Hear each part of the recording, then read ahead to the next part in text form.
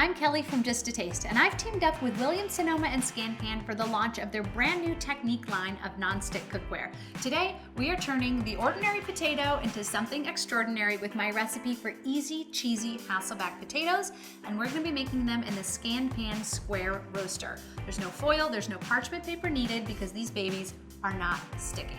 So I'm going to show you a quick trick for how to make Hasselback potatoes. You're going to line them up, and I'm just using 2 wooden dowels, and what this is going to do, it's going to prevent you from cutting all the way through the potato. So now I'm going to take my knife and I'm going to make about 1/8 inch slices all along the potato, starting at the center.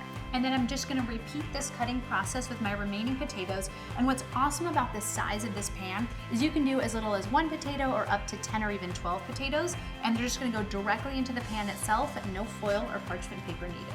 Got my 4th and final potato. Now I'm going to take some melted unsalted butter. I'm going to brush this all along the tops. I want to be nice and generous with the melted butter. And this kind of seeps then into all of those cuts that you've made. So you get that nice buttery flavor and nice golden brown crunch on top. And then before we pop these into a 450-degree Fahrenheit oven, I'm going to do a little bit of salt and pepper. And then they're going to bake for about 1 hour or until they're pretty much baked all the way through. And now for the good stuff, the cheese. So I'm just using some thinly sliced sharp cheddar cheese. I'm going to kind of separate each of the layers and insert one of the pieces of cheese in between each of the slices of potato.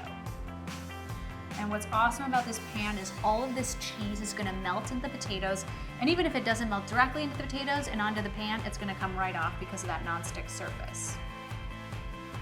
These go back into the oven now for about 3 minutes or just until that cheese is all melted.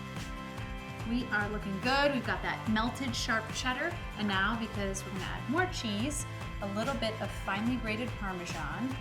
And my kids love doing this part, the final sprinkling of the cheese. They go crazy over these Hasselback potatoes. And then last, for a little bit of green, some chopped fresh chives. And that's all it takes for easy, cheesy Hasselback potatoes. For the full recipe, check out justataste.com.